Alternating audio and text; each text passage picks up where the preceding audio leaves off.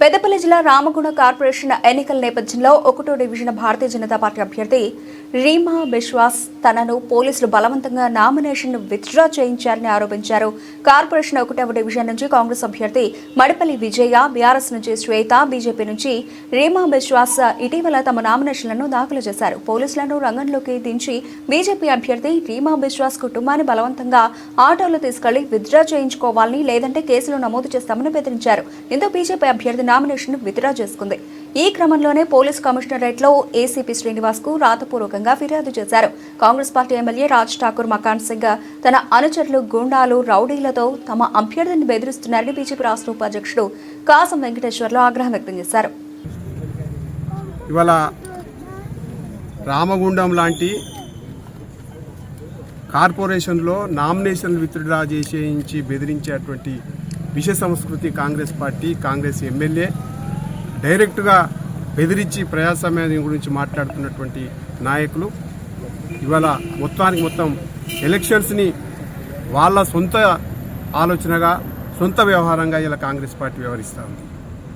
ముఖ్యంగా రామగుండం 1వ వార్డు అభ్యర్థి ఎవరైతున్నారో భారతీయ జనతా పార్టీ అభ్యర్థి రీమా బిశ్వాస్ని బెదిరించి ఇవాళ విత్డ్రా చేపించి చంపేస్తామని చెప్పేసి తెలుగు రాకపోయినా వాళ్ళు రాసి ఆమెతో సంతకం పెట్టించుకొని, మీరు ఒకవేళ సంతకం పెట్టకపోతే మీ ఆయనని చంపేస్తాం, ఉద్యోగం నుంచి వీకేస్తాం అని చెప్పేసి ఇవాళ ప్రజాస్వామ్యాన్ని అపహాస్యం చేసినారు.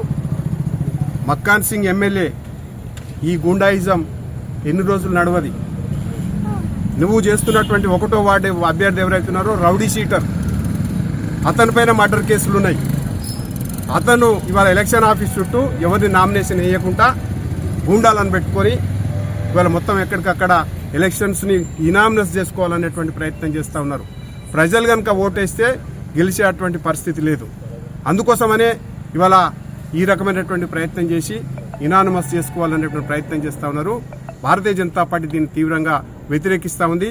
రేవంత్ రెడ్డి గారు ప్రజాపాలన, మీ రాహుల్ గాంధీ ఎప్పుడు కూడా రాజ్యాంగం బుక్కు పట్టుకొని మొత్తం కూడా ఎప్పుడు ప్రజలలో మాట్లాడుతూ ఉన్నాడు, తిరుగుతూ ఉన్నాడు. ఇదేనా మీకు నేర్పినటువంటిది? ఇదేనా ప్రజాపాలన? ఓట్లు ఎందుకు పెట్టుకున్న, ఎలక్షన్లు ఎందుకు పెట్టారు? అంత భయం అయితే ధైర్యంగా ఎందుకు ఎదుర్కొనేటువంటి సత్తా లేకపోతే ఎలక్షన్లు పెట్టకండి, నామినేటెడ్ పెట్టేసుకోండి. మొత్తం ఎవడొద్దంటా ఉన్నాడు. ఎలక్షన్ కమిషన్లో ఉన్నటువంటి ఆఫీసర్లను కూడా ఇవాళ తొత్తులను పెట్టుకొని మేము అనేక సార్లు కంప్లైంట్ ఇచ్చినాం ఈసీకి. వీళ్ళందరూ కూడా ఇక్కడ ఉన్నటువంటి అధికారులు, పోలీసు యంత్రాంగం ఎలక్షన్స్ని అపహాస్యం చేస్తుంది. రౌడీలకు, గుండాలకు సహకారం ఇచ్చి వాళ్ళు ఇనానిమస్ చేసుకోవడం కోసం ప్రయత్నం చేస్తూ ఉంది. ఎంత అన్యాయం అండి! పోలీస్ స్టేషన్కు తీసుకొని పోయి పోలీస్ స్టేషన్లో సిఐఎస్ఐలు కలిసి ఇవాళ విత్డ్రా చేయించడం, ఈ రకమైనటువంటి దౌర్భాగ్యం ఎప్పుడు లేదు. కాబట్టి తెలంగాణలో ఎప్పుడైనా సరే కొట్లాటకు సిద్ధమయ్యేటువంటి తెలంగాణ. దమ్ము లేకపోతే మీరు ఎలక్షన్లు కొట్లాడకండి, అంతే తప్ప రౌడీజం చేసి ఎలక్షన్లు కొట్లాడతామంటే భారతీయ జనతా పార్టీ దానికి సిద్ధంగా ఉంది. మేము ఎట్లా ఎదుర్కోవాలనో మేము చెప్తా ఉన్నాం. మీరు రామగుండం ఎలక్షన్లు శాంతియుతంగా జరపకపోతే మేము రాష్ట్ర వ్యాప్తంగా, దేశవ్యాప్తంగా దీన్ని ఇష్యూ చేసి కాంగ్రెస్ పార్టీ గూండాయిజాన్ని, పోలీసుల ములాఖతును, ఈసీ మిలాఖతును అంతా కూడా ఎండగడతాం. అవసరం అనుకుంటే ఏమిటికైనా సిద్ధం అనేటువంటి విషయం స్పష్టంగా హెచ్చరిస్తా ఉన్నాం. ఫస్ట్ డివిజన్ నుంచి బీజేపీ పార్టీ తరఫున నామినేషన్ వేసాను. నామినేషన్ వేసిన తర్వాత ఈ 3వ రోజు అవుతుంది. ఈరోజు 12 గంటలకు నాకు కాల్ వచ్చింది కాంట్రాక్టర్ తరఫు నుంచి. నువ్వు బయటికి రా అంటే బయటికి వచ్చిన వెంటనే పోలీసు వాళ్ళు వచ్చారు, స్టేషన్కి తీసుకుపోయారు. స్టేషన్ తీసుకుపోయినాక ఎస్ఐ గారి దగ్గర క్యాబిన్ తీసుకుపోయిన తర్వాత మాట్లాడి, నీ మీద గంజాయి కేసు ఉంది, ఆన్ డ్యూటీ ఆఫీసర్ని కొట్టిన కేసు ఉన్నది అనుడితోనే నేను, సార్ నాకైతే గంజాయి అటువంటి కేసు ఏం లేదు సార్ అని అన్నా. అంటే లేదు, నీకు కేసు ఉంది, నీకోసం 2 టౌన్ పోలీస్ స్టేషన్ వాళ్ళు వచ్చారు, పోలీసు వాళ్ళు వచ్చారు తీసుకుపోవడానికి.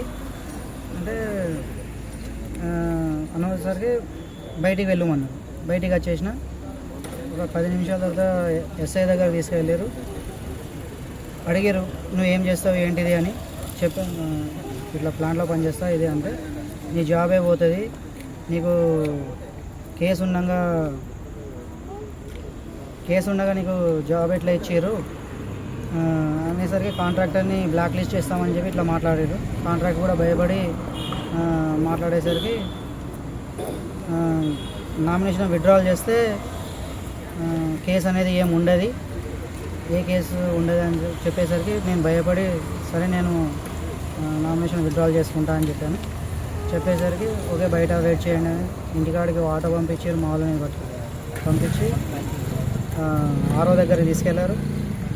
తీసుకెళ్ళిన తర్వాత నన్ను స్టేషన్ నుంచి అక్కడ తీసుకుపోయిన తర్వాత ఆరో ముందట ఒక ఫామ్ ఇచ్చి రాయండి అంటే నేనైతే ఏం రాయను, మీరు సంతకం ఎక్కడ పెట్టమంటే అక్కడ సంతకం పెడతా అని అన్న. అనేసరికి కాంగ్రెస్ తరపు నుంచి వచ్చిన వ్యక్తి రాసిన తర్వాత సిగ్నేచర్ పెట్టింది. అప్పటిదాకా మా వాళ్ళకు కూడా తెలియదు నామినేషన్ విత్డ్రాల్ చేస్తున్నామని చెప్పి.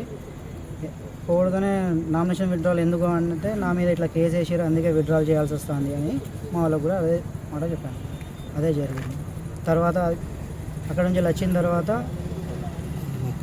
ఇక్కడ క్యాంప్ ఆఫీస్కి తీసుకొచ్చారు. నన్ను తీసుకొచ్చి కల్పించి నువ్వు విత్డ్రాల్ అయినందుకు సంతోషం అని చెప్పి వాళ్ళు మాట్లాడిన తర్వాత నాకు మళ్ళీ తీసుకొచ్చి ఎన్టీపీసీలో పడగొట్టారు. నేను ఇంటికి వచ్చేసాను. ఎన్టీపీసీ ప్లాంట్ గేట్ దగ్గర నుంచి వెళ్ళి పోలీస్ స్టేషన్ తీసుకెళ్లారు. పోలీస్ స్టేషన్ అక్కడ అంతా మాట్లాడిన తర్వాత మళ్ళీ ఆర్ఓ ఆఫీస్కి తీసుకెళ్ళారు. అక్కడ విత్డ్రాల్ అయిన తర్వాత సిపి ఆఫీస్కి క్యాంప్ ఆఫీస్కి పట్టుకుపోయారు. అక్కడ నుంచి మళ్ళీ ఎన్టీపీసీలో వచ్చి డ్రాప్ చేశారు. फर्स्ट वार्ड में हम खड़े हुए तो इनको बार बार डेली फ़ोन आता है कि नॉमिनी से अपना नाम हटा लो. मुझे भी फ़ोन आया कि नॉमिनी से अपना नाम हटा लो. अब कौन कर रहा है तो मुझे नहीं पता, मुझे यहाँ का उतना पता भी नहीं है. तो इनको डेली फ़ोन आता है, 10-15 लोग कॉल करके बोलते हैं अपना नाम हटा लो, नाम हटा लो, नाम हटा लो बोल के. हम नाम नहीं हटाए बोल के इनको आज फ़ोन आके लेके गए पुलिस स्टेशन. केस करे, तुम्हारे ऊपर ये केस है वो केस है, नाम हटाओ नहीं तो तुम्हारे को अंदर डाल देंगे, तुम्हारा काम भी चला जाएगा बोल के. फिर मैं जाके नॉमिनी वहाँ पे नाम उठाई. नाम उठाने के बाद फिर हमको लेके गए. लेने के बाद फिर इनका फ़ोन वो सब रिटर्न करे. फिर केस पेपर वो जो था पूरा फाड़ के दे दिए.